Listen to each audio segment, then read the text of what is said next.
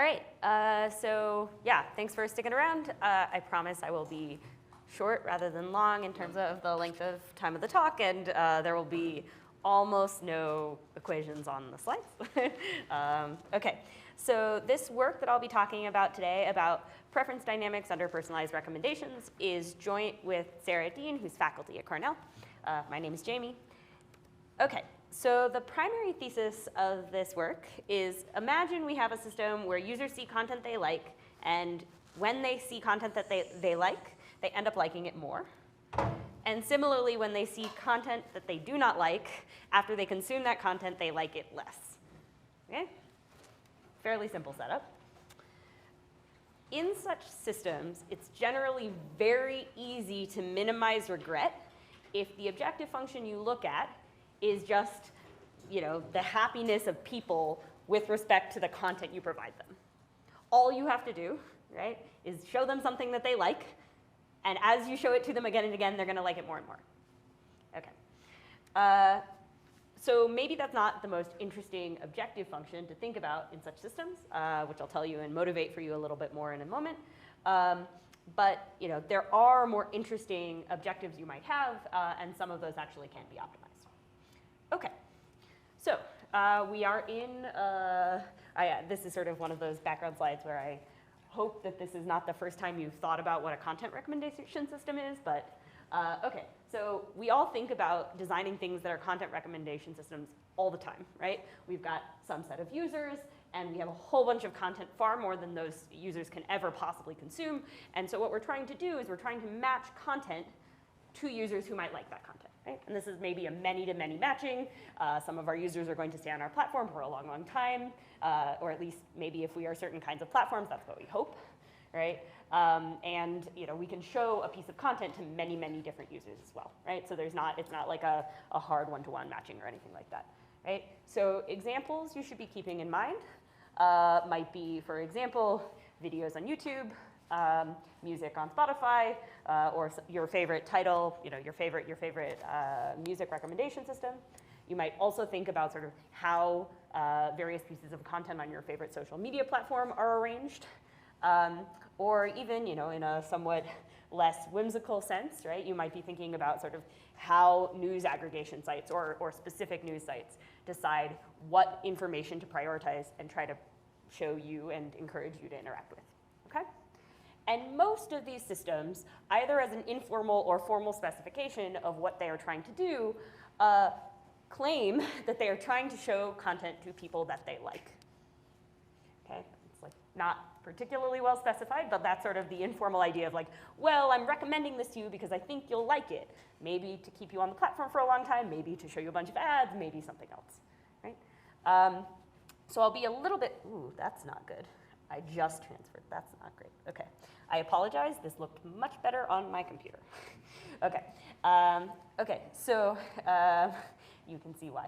Okay, so to be slightly more precise about a problem we might think about, let's fix a content set, V, which is maybe like we have it projected into RD for some reason, and we have some user, which is also in RD, right, also a vector in RD, and maybe we show a user content V, which belongs to our content set, and then we observe some reward, which is a function of the user and of the content we show them, and maybe there's some noise, WT, right?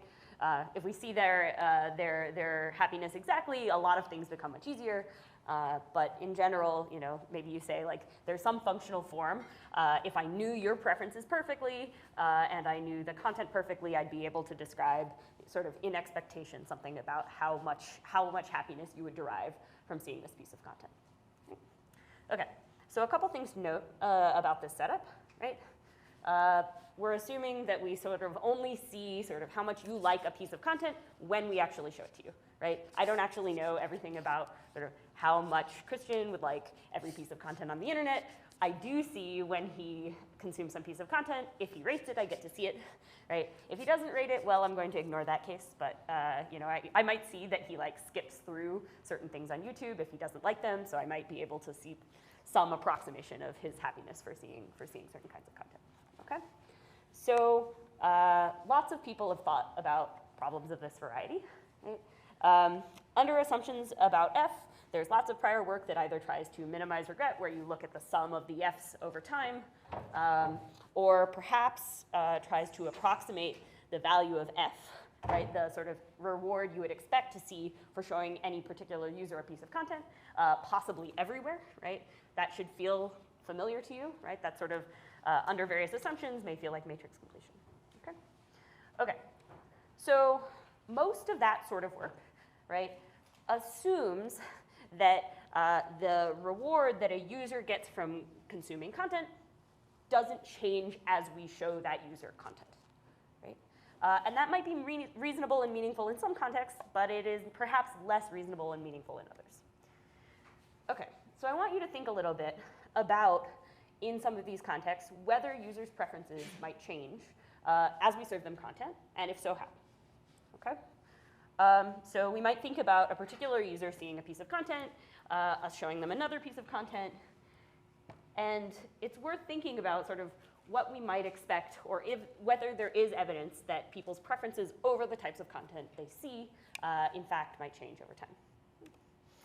And you know, I think you might all agree that, at least in some of these cases, there is some evidence of some types of change of people's preferences, right? Most people do not watch the same video over and over and over and over and over again forever, right? I mean, there may be some cases where that's true, but generally, people get bored of too much content that is too similar, right?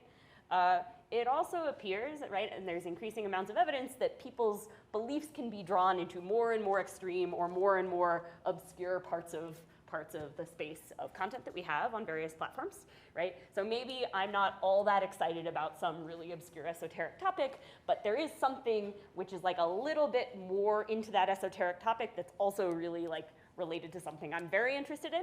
And so I notice these connections when someone shows me a piece of content that's a little bit more like that, right? And eventually I might be dragged into really only liking this very extreme content, right?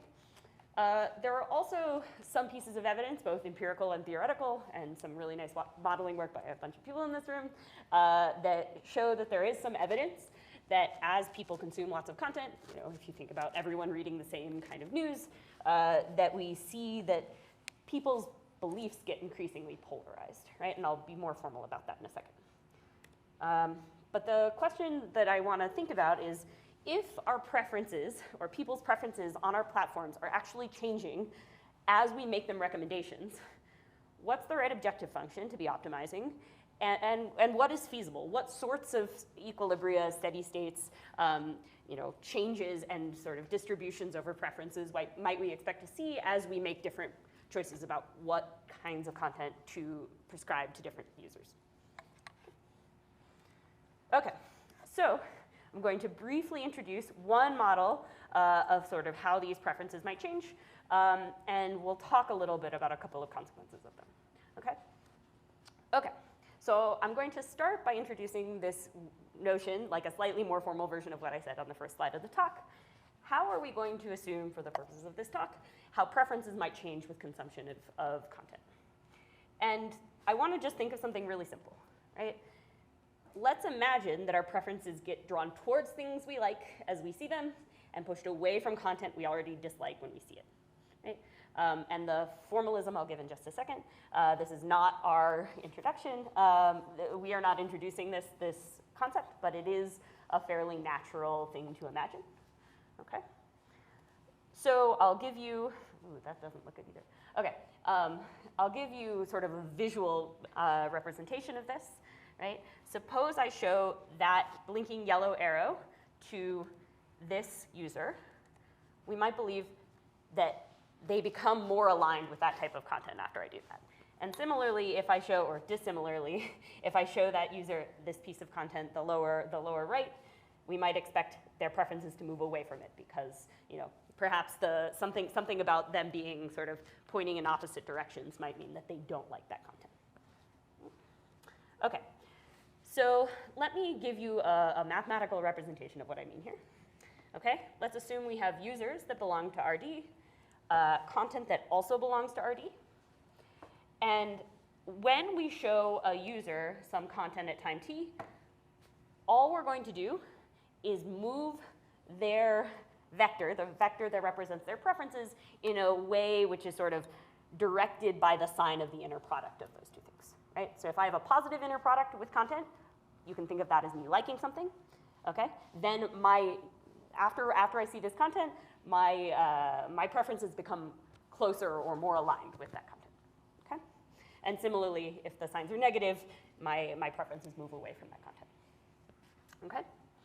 Okay, so prior work has actually shown that these kinds of dynamics of preferences lead to all sorts of things which they refer to as polarized states, right? Which is like sort of regardless of the initial set of preferences that different users might have, if we fix any sequence of content or distribution of a content, there are a bunch of different results of this style, fix any sequence or distribution over content, if all of my users, sort of regardless of how their initial preferences look, consume that same content, we would expect preferences to ultimately end up in some kind of polarized state, right? That we'd sort of see what I refer to in a second as like mode collapse, right? We might have really rich, interesting preferences, and sort of after we all consume the same content, we all are just like one of two types. Okay, so a first question you might ask, right, is whether a similar sort of thing might happen in a personalized recommendation system where not everyone is actually consuming the same content, right? So, right, we're thinking about systems where not all users are going to consume the same content. Is there some kind of analog of polarization that might happen in systems where we all have really rich preferences and we're showing everybody different stuff, right? Or at least showing lots of people different stuff. And the short answer is that preferences need not be polarized in the same sort of exact sense, right? Where we sort of all coalesce on one of two types of beliefs or preferences. But we do see something that sort of feels morally more similar to polarization, which is that sort of preferences will sort of naturally collapse onto the span of the set of content we have, right? And this is something I refer to as mode collapse. Maybe I've been spending too much time at the wrong conferences, I don't know. So perhaps somewhat unsurprisingly, if I can show you some distribution over content and your preferences always move towards content I show you if you like it, or away from stuff that if you don't like it, any sort of directionality of your preferences that is not captured by my content is going to quickly sort of collapse away from what your preferences look like. Okay? Okay, so I have two other quick things to say. One of which is it's worth thinking about the objective functions that we as platform designers might be inducing on top of systems that might have these kinds of dynamics, right? One standard one that lots of people think about that I mentioned briefly before is like, let's just think about a single user, right? Let's not think about some kind of richer set of preferences. I have a single user. One thing I might think about doing is just trying to maximize, you know, the inner product between them as their preferences change and the content I show them. Right? That's a very simple and somewhat natural objective function for many of these kinds of things. And let's imagine that we observe, you know, some noisy version of people's utility for the content I show them. Well, this is kind of a dumb objective function in this kind of regime, right? And by that I mean, assume that our content set has at least one piece of content and its opposite, right? So long as your content set has that property, it's going to be very easy for me to have a regret minimizing policy, right? And the reason for that is fairly simple. I can just show you C for a while. I'll get a pretty good sense of whether you love or hate C. And then I will switch to showing you not C if you hated C. And I'll keep showing you C forever, and that'll be fine, right? Okay. And there are actually lots of other policies that will have vanishing regret. They're pretty dumb, right? Lots of dumb policies will have zero regret in this case, right? Okay, good. Okay, so the point of this is that somehow this objective function doesn't striate between like interesting policies that actually learn something meaningful about people's preferences and sort of design, you know, show them content that was more and more similar to their original preferences. It just sort of can very easily drive people's preferences to be anything for which they initially had a positive inner product. Okay, so the other thing I want to say a little bit about is that a more technically meaningful objective for this problem is thinking about whether or not we can keep people's preferences approximately stable as we show them stuff. Or maybe do some kind of convex combination between like the previous objective function we were talking about, which I think people generally like that because they think of it as a proxy for on time. Like if you're happy instantaneously, you know, if you ask John, maybe like if you take another potato chip and another potato chip and it's giving you high instantaneous reward, maybe you'll just stay on the platform forever, which is very good for certain kinds of revenue maximization problems. But you know, maybe I want to do some mixture of that and leaving people's preferences fixed, right?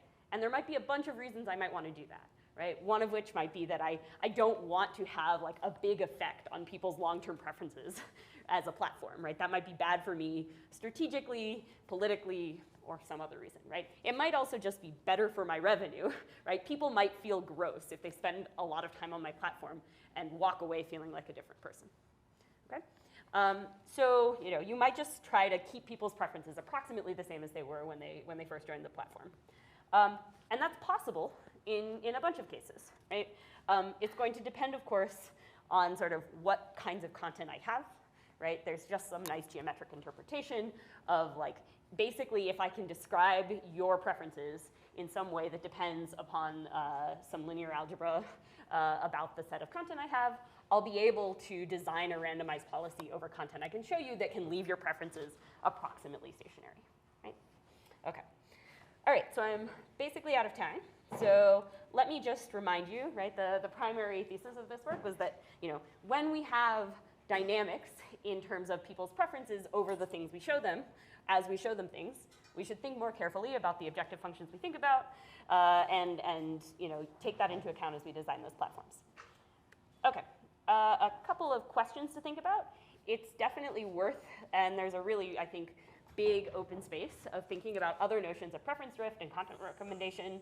I think there's also some really nice questions about how you might design content sets to allow for different kinds of optimization, right? We just sort of assumed the content set was fixed, but you might think that you're, you know, somebody who wants to induce people to make perhaps new like Netflix content or something, and you want to do something with people's preferences, you might think about how to do that here.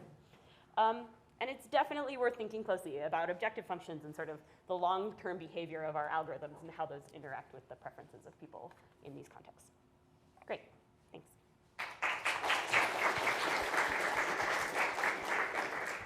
All right, awesome. Does anyone have any questions for Jamie? Wow, maybe that was the first one. Uh-oh. You should direct them all to Sarah, who is not here.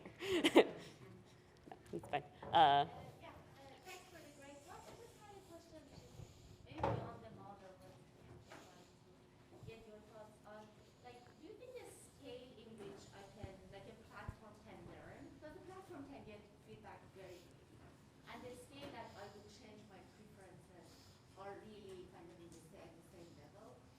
Is that kind of the empirical literature matches you have?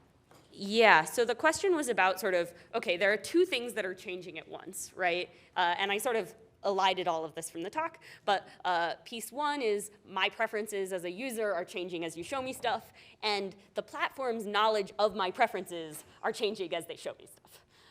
And that's definitely, you know, and sort of, is the rate at which those things are happening important? Yes. So, you know, basically, if your preferences change much more quickly than I can learn about you, I'm going to be in trouble if I'm trying to keep your preferences stationary. I would thought the other way around, that maybe, I don't know, it takes weeks to change my preferences, but learning my preferences would not take too long if I consume a lot. Yeah, so that was sort of the case that we emphasized, right? We sort of even did something dumber, which was like, well, not dumber, but sort of the first result was sort of, imagine I know your preferences perfectly, can I leave them stationary with a policy over things I show you? And the answer, you know, and then there's sort of like you can do like a close the loop and say like, well, if your preferences really change slowly, I can do a little bit of exploration and then I can commit to some kind of policy, right? Does that answer your question? Okay. All right, maybe a quick question while the next speaker sets up. Anyone, quick question? So I just want to ask, so like in the recommender system, there's a natural like Matthew effect, which like if you recommend the like there's a natural bias in the recommender system, and the loop will amplify the bias. So like will your model also amplify the bias in the recommender system? Because you keep like the popular item will get like higher. I see. So I'll repeat some approximation of the question. Okay, so I think the question was, okay, if I have popular content, lots of recommendation systems sort of make that even more popular than it might have been naturally. I don't know. I'd have to think a little bit about that. So, yeah. Okay, thanks. All right. Thank you, Jamie. Thank you, Jamie.